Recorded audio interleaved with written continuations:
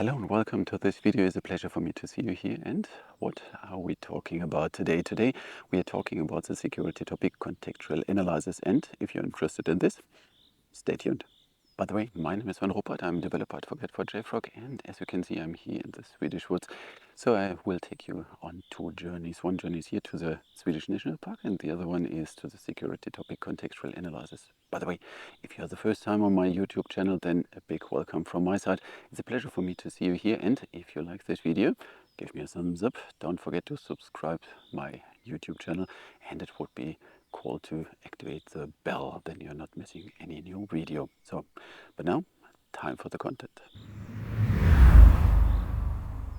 If you're talking about a contextual analysis, a big first question is, what is a context? A context in general is something that is around an event. So if you have an event, it will be something created, something happening or whatever, then this event is inside some kind of information. For example, if you have a music event, the context around would be where's the place, what is the weather, the temperature, the amount of people, and so on and so on. So all this information that are describing this event itself or this thing you want to describe and giving the meaning to it. Okay, and inside the IT we have more or less the same. So if you're talking about creating a binary, then the binary itself is the thing that is created and the event, creating a binary. But the context is more or less what is part of it. So what was part of this event to create this binary, date, time, library, whatever. And this is something what we need to have in mind if we are talking about the context of something in our IT environment. So the next question is, why do we need a context?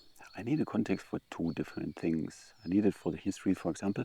If I know there is a binary that was compromised or something is going wrong, and I have the context from the creation of one binary, but then I have the context of two different binaries that are created, then I can start correlating this context. I can compare this context and can identify what is a thing that is everywhere the same or what is a thing that is different.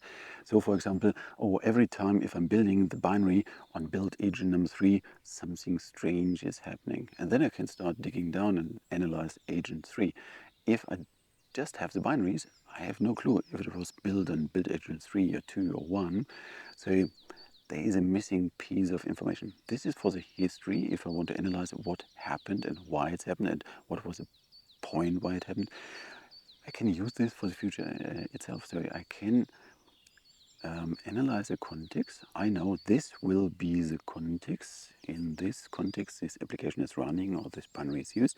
And then I can analyze, okay, what would be possible in this context and what is impossible in this context. So I can use exactly the same mechanism to see what is possible in the future and then estimate, okay, I need to do something, I have to change something. So the contextual analysis inside the security is a very powerful tool, and it gives you the possibility not only to check what's going wrong in the history, it's possible to give estimations for the future. Okay, an example where the context is very important is, for example, for the log4j shell hack, and the log4j shell hack had a CVSS score of 10, so the highest possible score, and that means it's a very critical thing with the remote code execution. And if you're looking a little bit more in detail to the description of the CVE, then you saw that there is a context needed to have the possibility to execute this or to use this remote code execution. So it means only if you have a certain configuration, or if you don't have a certain configuration or a class or the usage of a function or whatever, then it's possible to misuse log4j for exactly the thing. And then it turned out that the CVSS 10 maybe for you is completely, you can just ignore it because your context is different. And this is one of the latest really strong examples where contextual analysis really is a game changer. Okay, let's have a short view on what is a vulnerability. A vulnerability is more or less a bug inside a code. This could be a intentional or unintentional thing. So if you're not following the secure coding practices and not dealing right with, let's say, file I/O, file descriptors, whatever, then someone can misuse this functionality to compromise your system. Okay, that's an intentionally or unintentionally created software bug. This software bug will get an CVE, an identifier, and we will see that there will be a rating with the CVSS score. Then we have malicious code packages. They will not get an CVE. They have no identities. And a malicious code package is more or less there is some code sneaked in by someone, or it could be from the maintainer or from external or whatever. It's not the topic here, but malicious code packages is more or less you have to get rid of the whole component and to replace it. And with vulnerabilities, it's more or less you're switching versions to get rid of this bug. Okay, so but what different kinds of bugs or kinds of vulnerabilities do we have? Okay, what kind of vulnerabilities are there? For example, the classical remote code execution. Remote code execution means that you have your application, it's running, and then over a bug you are able to load external code inside your application, or you can load something, or you can start it so that you are executing remote available code. So you're grabbing it from outside inside your application, and then you start executing it. So Log4j shell hack was one of these famous examples from the last history or from the near history, where it was possible to download additional bytecode and execute it. So this is a classical remote code execution that could happen. Another very classical or traditional vulnerability or kind of vulnerability is a denial of service. So instead of just executing something, here the target is definitely you are making the service, the core service, unavailable in terms of you're shutting it down, you're killing the process, you're producing a very high load, so that's not usable anymore. So it's really making the service unavailable. And this is more or less a classical denial of service based on a vulnerability. Another very typical kind of vulnerability is authorization bypass or authorization authentication bypass. It means you have a login screen and normally you have to put in username and password, but with this vulnerability, with this bug, you're able to bypass this one and you can navigate inside the application as a regular user or even as an administrative user, or you can imitate a user so that you are running on a different username. This is a typical vulnerability as well. So really, so you're not destroying the service, you're not executing remote code, you're just bypassing the authorization and being inside the system as someone else or as administrator. If you have different kinds of vulnerabilities, we have different importance or different potential of being critical in these vulnerabilities. And for this, we have this common vulnerability scoring system. This is a system to score this vulnerability, to rate this vulnerability in terms of how critical this vulnerability is. And it must be a generic way to describe, because you have vulnerabilities in application, in operating system, whatever. So and this will be calculated, and the result is a CVSS vector and a score. And this score is between 0 and 10. 10 is very critical, 0 is not existing, and it could be a 3.5, 7.3, whatever, something like this. Okay, so and then you have different ways to calculate this score. I will get to this different metrics in a few minutes or seconds. And the main thing is that with this score, we want to provide, or the people that are calculating the score want to provide help to identify how critical the CVSS is for you in your environment. So let's start how to calculate this CVSS value. First of all, there is no central place to calculate the CVSS value. Everybody who's able to identify the vulnerability can calculate this CVSS value. And the thing is, if you're a vulnerability researcher and selling this information, you try to have the score a little bit higher because more value or more money. And if you are a company from this product, you try to push this a little bit down. So there is no big variance possible, but there are slightly interpretations, and then just have it in mind. So we have different metrics, and we will start with basic metric. I'm not going into all details. I have on YouTube channel, on my YouTube channel, a long video about CVSS metrics with all details to every metric and how to calculate it. But the basic idea here is that this base metric is more or less the worst case scenario of this vulnerability. So what is the worst case that could happen? And then you have different attributes inside. So you need user login, yes, no, to do it. You need local access to the machine, yes, no, or it can be done over the public network, and so on and so on. And these different attributes, they have scores in the background so that you can calculate the sum out of it. But you have not only the value, the number, you have this vector. And in this vector, you will find exactly user needed for this attack, yes or no. So stuff like that. So if you are able to read this vector, then you have way more detailed information about the vulnerability itself. The score is just a representation to give a weight. Okay. I will show how to calculate this stuff a little bit later with the CVS calculator, but having in mind the base score is more or less the worst case scenario of this vulnerability. The next metric what we have is a temporal metric, and the temporal metric is a description of the time, so this value is changing. For example, with values like, oh, this was a theoretical vulnerability, and later, oh, there's a proof of concept, and then later, oh, there's a virus that's running completely automatic. So this is the evolution of this vulnerability. It could be there is a patch now, there is a patch, there is a workaround, and so on and so on. So you have different ways to describe what is the actual state around this vulnerability.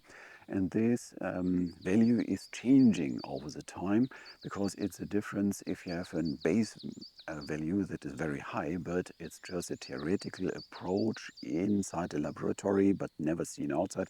Then this value is a temporal metric will reduce the whole score because it's no practical relevance.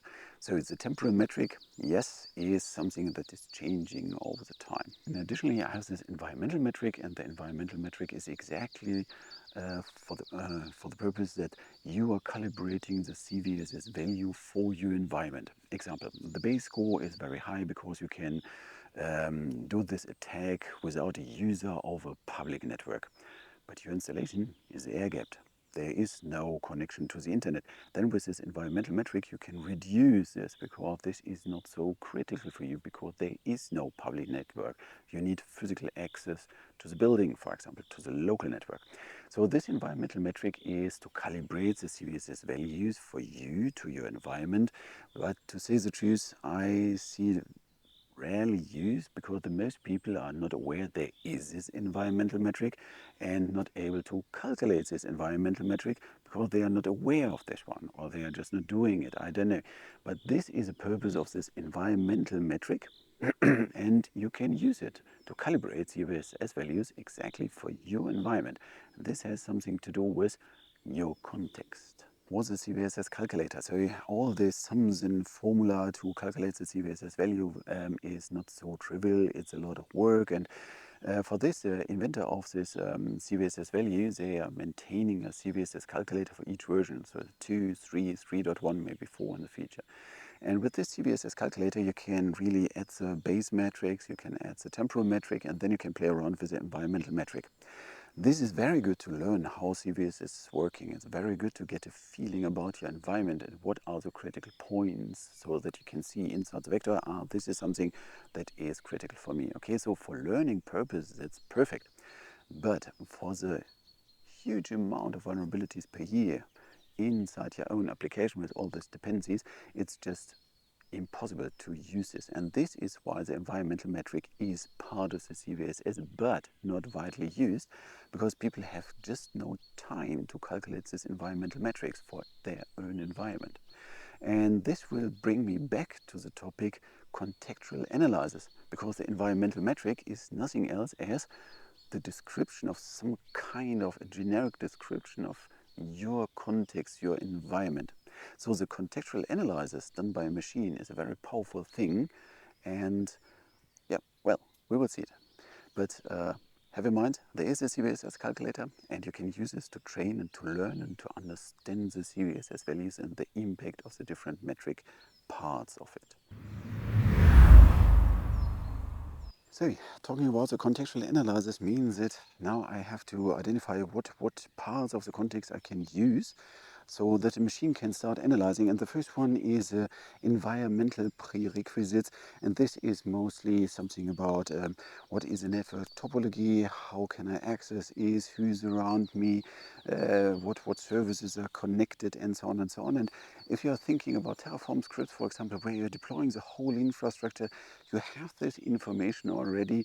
So to see if there's some services exposure, for example, possible, what applications exposures are possible in terms of the wrapper around it, what is the whole context of services between each other, how the communication is, and so on and so on. So we can now start analyzing against best practices and can identify what are the weak points based on the whole environment that is around this service you want to harden. The next thing what I can look at is a configuration prerequisite. So how I'm dealing with the amount of file descriptors, how I'm dealing with relative path input, what module is activated, deactivated, what protocol I'm listening, what port I'm listening through. All this stuff inside the configuration of the whole tech stack is configuration for the jars itself. Just think about log4j shell, if I'm using this module, yes or not, or if I'm how I'm dealing on operating system level on the configuration through the database, and so on and so on. So the whole configuration stack for the single entity can be analyzed and checked against best practices, and to decide what is active and what is inactive in this context based, especially based on this configuration. And the last thing what we can check is the source code itself. So how I'm dealing with files, how I'm allocating memory, what part of the third-party components of libraries I'm using. So I'm using the full functionality or just a few. How I'm invoking functions in a secure way, in an unsecure way. How I'm dealing with string inputs, with file inputs, using templating engines, pushing strings straight to the database, whatever. So I can check the source code and how I'm dealing with this. So I can check against the secure coding practices.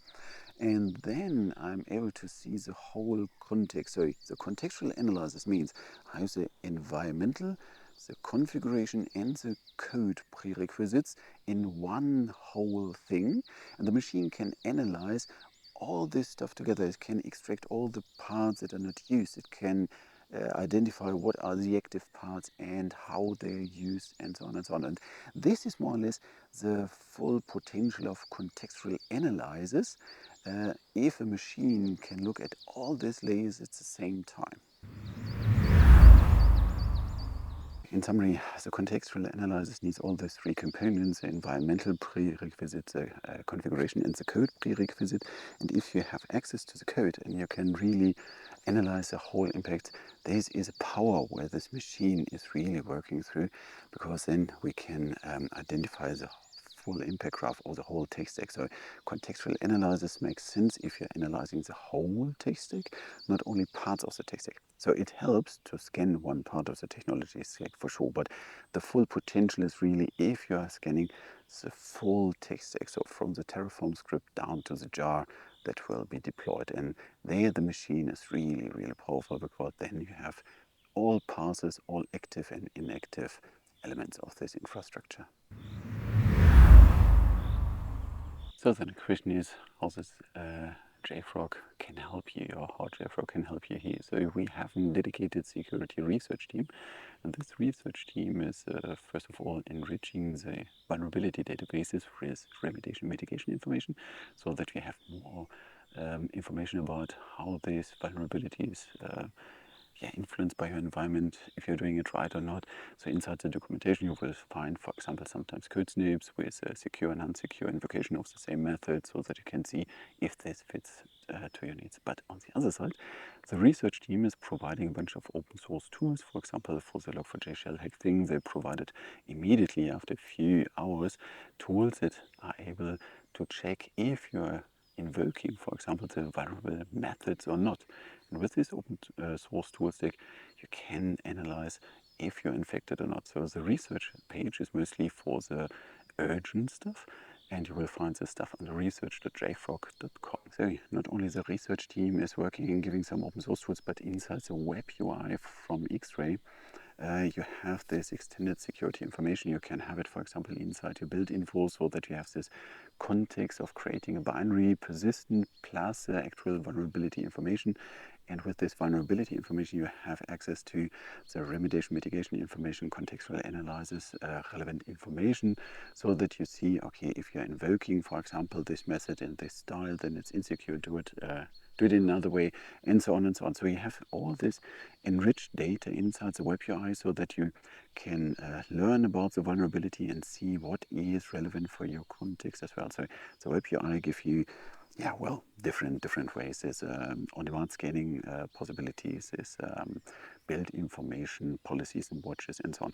For this, go to one of my YouTube talks where I'm describing the platform itself, but inside the web UI, you will get a bunch of extended security information around these vulnerabilities. So this was a lot of information about the contextual analysis, and the key takeaway is really check the full impact graph, not just one tech layer, and make sure that you will get the whole context of whole information, and then you can use it for the history with, for example, build information, or for the future with the remediation, mitigation information and contextual analysis information inside the enriched security database from X-Ray. So if you like this video, give me a thumbs up, and it would be a pleasure for me to see you as my new subscriber if you're not already subscribed my channel.